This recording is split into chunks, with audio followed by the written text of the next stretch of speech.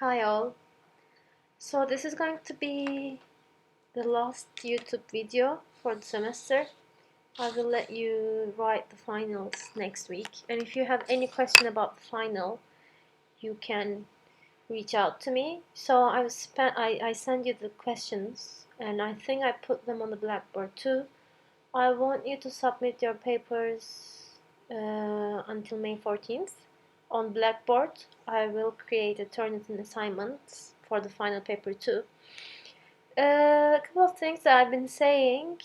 So to be able to receive a grade, you should write three main assignments. One was the first ethnographic assignment, and the second one was the midterm, and the third one is the final paper. Make sure that you have submitted them. I sent those of you who haven't submitted the midterm an email. So if you have received that and you haven't submitted it, please do. Yeah, so I want something about 2 pages. You need to choose one question and just write something around 2 pages, double spaced. So I mean, normally I do it I want you to choose 2 questions and write 2 pages for each. But this time, like, because of the obvious situation that we are in, I want you to write 1 question. So I'm reducing the kind of the amount of work you need to do. Make sure that you give precise answers. I don't want, like, the length of it doesn't mean, like, the longer you write, it doesn't mean that you write a better stuff. It's actually more important that it's precise, it answers the question, and you provide good examples to ground your thesis. Yeah. So I want to talk about the chapters 10 and 11 a little bit, and then I'm going to talk about the questions as well. So these chapter 10, Maricela, and chapter 11, we will wait until you get them.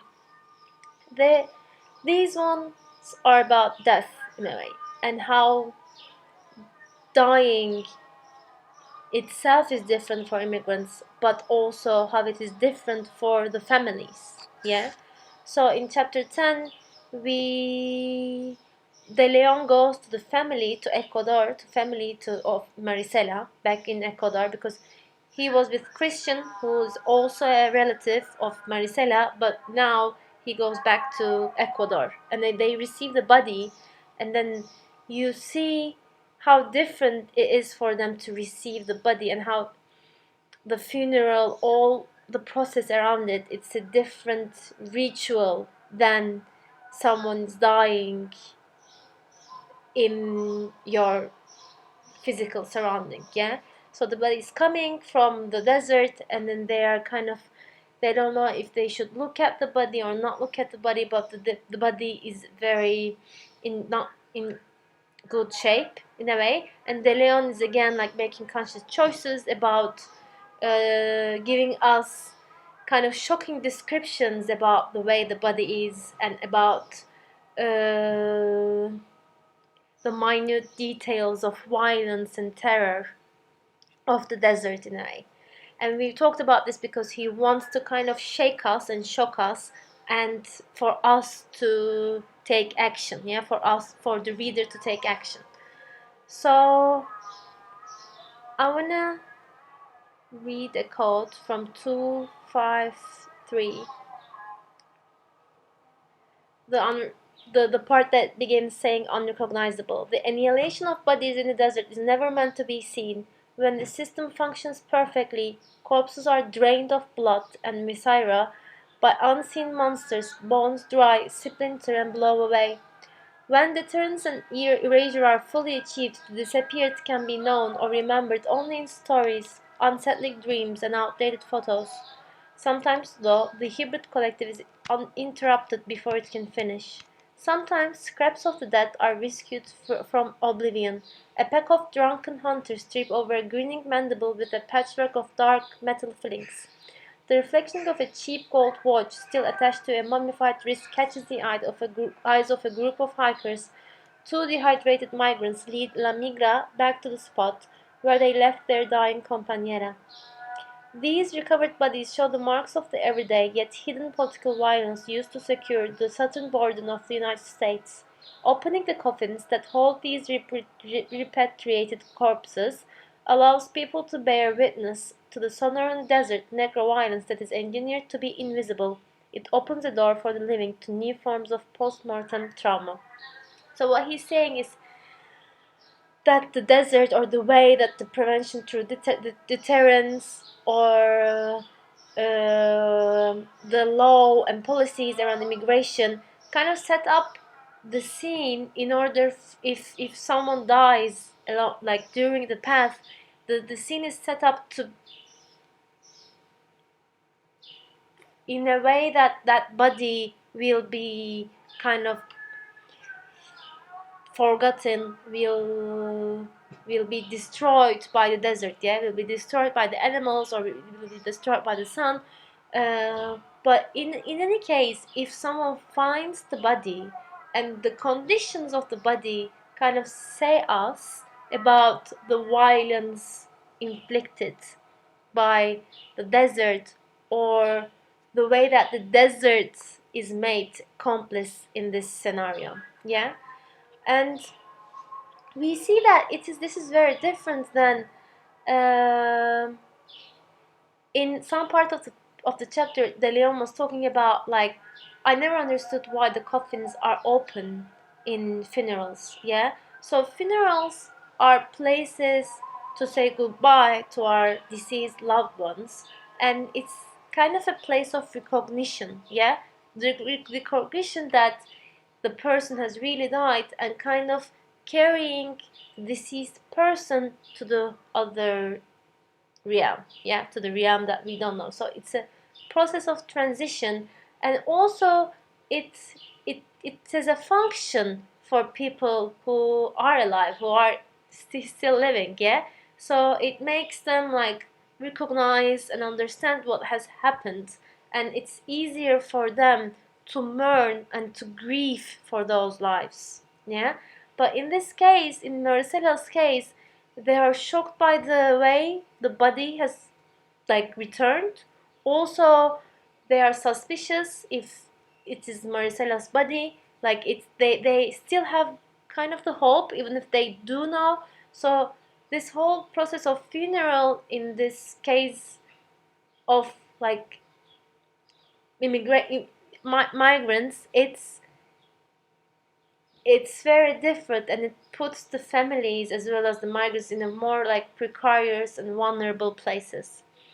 And in the chapter 12, it's even more ambiguous, the loss, yeah, because in Marcela's case we see that like the family receives the body, but in chapter 12 we see that the family of Jose, they never receive the body and they never hear back from him.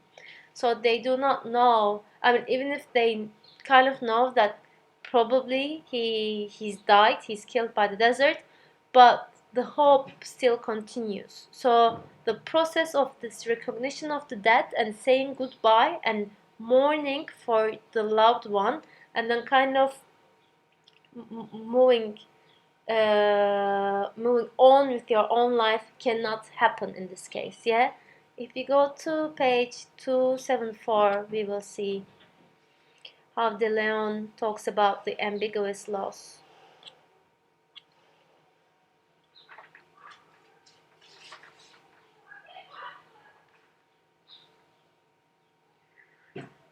So he says the uncertainty, pain, and suffering that follow in the wake of a loved one's disappearance are devastating, to say the least. For many, it's like a nightmare you can't wake up from. You never stop wondering what happened to your son, daughter, brother, or wife. You never stop searching for answers, even when there is no hope of finding them. Just ask the families of soldiers who go missing in action, the relatives of the passengers on board Malaysian Flight 370, or the people still looking for the bodies of those who were swallowed up when the World Trade Center towers collapsed on September 11, 2001.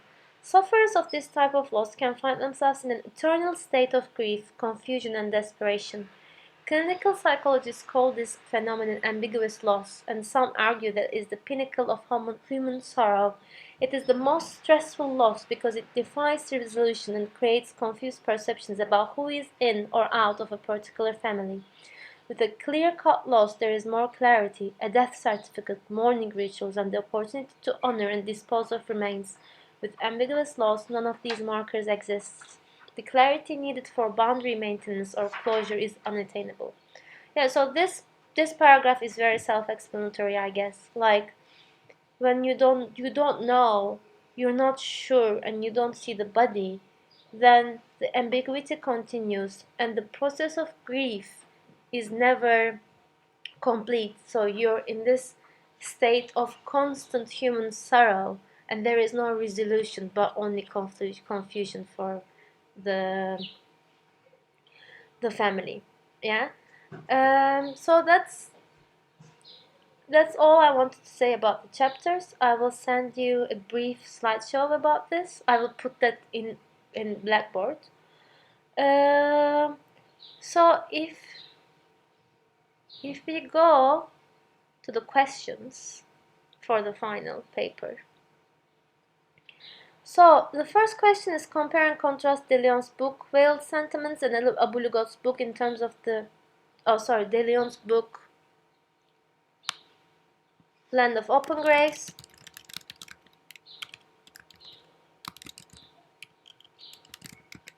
and Abu Lugot's book in terms of Abu Lugot's book The Veiled Sentiments in terms of the relationship they establish with their informants.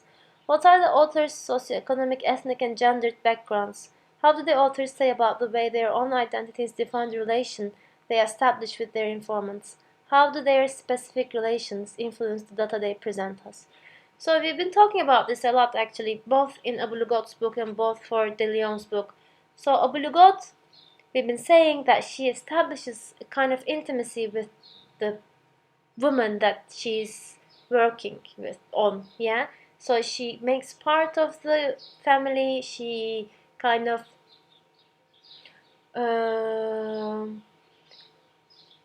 carries the job, the performances that the other women normally do, like the household thing, or she kind of respects the gendered code of people in Bedouin society, yeah, and that's how but she also remains different in a way, but her whole actually ethnographic study is shaped around the relationship that she established with these women, yeah? If you remember, the way that she chooses to study the poems is also marked by her relationship to women, because she doesn't have in mind how to, or she didn't have in mind a predefined study like the main question of her study, yeah.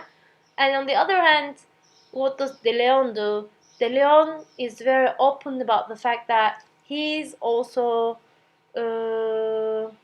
kind of talking about a gendered experience, yeah. He's saying like I will give place to women's experiences, but mainly I will dwell on men's journey, immigrant men's journey, because it was easier for me to establish relationships with men rather than women, because of my own gender identity. Also, De Leon was talking about his own kind of split identity, yeah, because his own family is from Central America descendant, so he speaks Spanish fluently. That was a point of kind of similarity that brought De Leon and immigrants together. But also he was talking about how their relationship is marked by a socioeconomic hierarchy. Yeah? So De Leon is the ethnographer. He has a salary. He is a citizenship in the United States. So he was dwelling on that. And I want you to compare and contrast these two approaches, these two ways of establishing relationship with the informants. Yeah. So in the second one, I ask, we have talked about anthropology as a discipline that aims to portray humans and culture through participant observation. This enables anthropologists to be close to people and thus prioritize their informants' voices. How well do you think Abdel-Ghat and De Leon achieved to do that in their ethnographies? Do you think one is more successful than the other? Base your opinion on examples you choose from the book. Yeah. Okay, so both of them, I think, aims to prioritize, to put their informants' voices front. And we have been talking about this, like how well Abdel-Ghat does that. Is she kind of talking over the informants? Is she like the results that she is coming up with is marked by her own interpretation, or do we see or do we feel close to the experiences of these women? Yeah, and in De Leon's case, how well he achieves it, through what tools they do it. Yeah, so we talked a lot about giving direct citations from the informants, from what informants say, and how do they use those citations? Who does it, like in what part of the book? And the third question is, discuss the role of poetry among Bedouin people and the role of joking relations among immigrants. So we discussed this, like the poetry was to, like it was a way to express women's emotions, yeah. So that's why the book is called Veiled Sentiments. And joking relations were more to kind of cope with the situation, yeah, bring a touch of like a light touch to the situation, or bring humanity in the situation. So I want you to compare and contrast, if you want, like if you choose the question, this question, like what is the role of poetry and joking in people's lives. So the fourth one is actually what we were talking about today in terms of like chapters 10 and 11. So that is an important theme both Abdel-Ghat and De Leon tackle. And this question actually, normally if we were together in a classroom, I would make you in groups and I would let you discuss about questions that you would like to answer. So this question was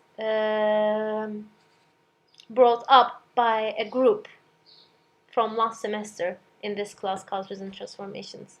And I think they did a real good job. So I'm going to read it. That is an important theme that both Abdel-Ghat and De Leon tackle with in their books. Discuss the ways in which the meaning of that differs for Bedouins and for immigrants. What are the rituals after someone dies? What do these rituals mean for the ones who are close to the deceased person? What is the importance of the body of the deceased person in these rituals, especially for the others?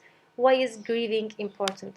So today I talked about how dying and funerals are different in the context of these migrant people's lives, yeah. But the Abdel-Ghat also talks about death in a funeral setting. Actually, that's where she was fully accepted, if you remember, to the group.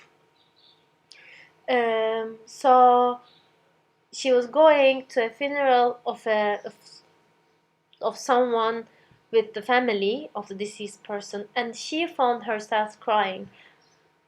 And then she was accepted by the family because the family kind of saw that Abdel-Ghat is able to empathize, or Abdel-Ghat is one of them, as she was also experiencing this pain.